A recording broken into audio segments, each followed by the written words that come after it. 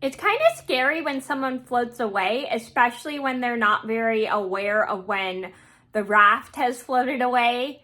And a funny thing is when you go out and swim to save that person, you end up getting so tired that the person you saved from floating away has to push you back on the raft. And that's what happened to me.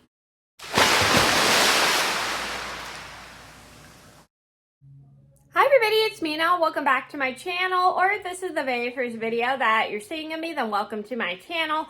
Please be sure to hit that subscribe button down below if you didn't already. I post every day of the week for all. And today I have a lunch and story time for you guys. And if you're interested in what I'm eating, it's a chicken salad sandwich. And I apologize for the background noise. Like I said, I have construction going on in my kitchen, so there's nothing I can do to fix the problem. So if you guys hear it, I'm going to do my best to talk over it. So anyway, today in this video, I have a funny story, which I totally forgot about the time I had to rescue my dad from floating away.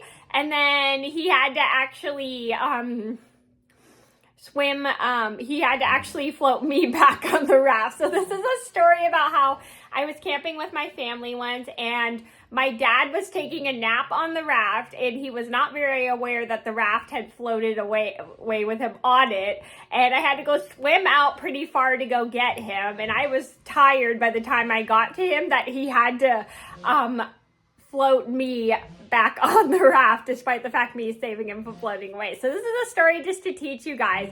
It's always good to be aware of how far you float away when you're taking a nap, but sometimes there's times where someone has to go out and get you in order to help you get back. But then but then sometimes you'll get so tired that the person that you saved from floating away may end up actually carrying you on the raft back. So I hope you guys like this story. And this is kind of the sequel to how we had to save my cousin's boyfriend at the time from floating away on a inner tube. And if you want to see that story that I just recently posted, I'll link it down below if you didn't see. So I'm going to get started, and I hope you guys enjoy the video.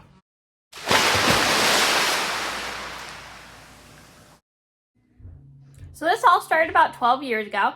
I was camping with my family, and we were all sitting at the lake hanging out, and we were sitting on shore and having a good time. Then all of a sudden we realized that my dad had taken a nap on the raft, and we were looking everywhere for him.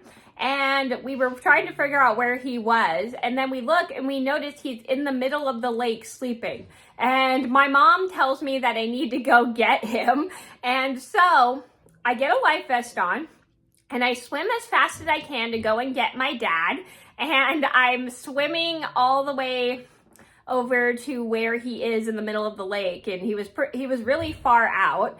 And so I'm swimming, and then when I get to him, by the time I get to him, I'm super tired. My dad comes and notices me. I apologize for the barking. It's my brother, my dog, our dogs. And so I'm going to do my best to talk over it. So anyway, once I get to my dad, he's like really far in the middle of the lake. He helps me up on the raft, and I am pretty tired by the time I get to him. And he gives me a hug, and he's like, "Did you come out to get me?" And I said, "Yeah, because you floated away." So I'm pretty exhausted, and I'm laying on the raft. So then all of a sudden, my dad gets in the water. He's not wearing a life vest, but he's swimming. And he's swimming, pushing me on the raft back to shore. And he had to go pretty far because I was already exhausted laying on the raft. So, we are swimming, and he's kicking his feet to swim, and as he's pushing me on the raft because I'm really tired from swimming all the way out to save him in the middle. So my mom and my whole family look and notice that I am on the raft and my dad is pushing me on the raft. And my mom's like, "What happened?" And my dad tells my mom that I was really tired from swimming out to go and get him. And he had to push me on the raft despite the fact I was the one who saved him from floating away. And so when we got back, I got off the raft once I could get to where I could stand. And then I sit on the beach with my dad, and we both start kind of laughing because we thought it was pretty funny that I swam out to save him, and then he swam out to push me back on the raft, which we just did not expect it. But I was really lucky that my dad was okay, despite the fact he was not very aware of how far he floated out on the raft. So the moral of the story is,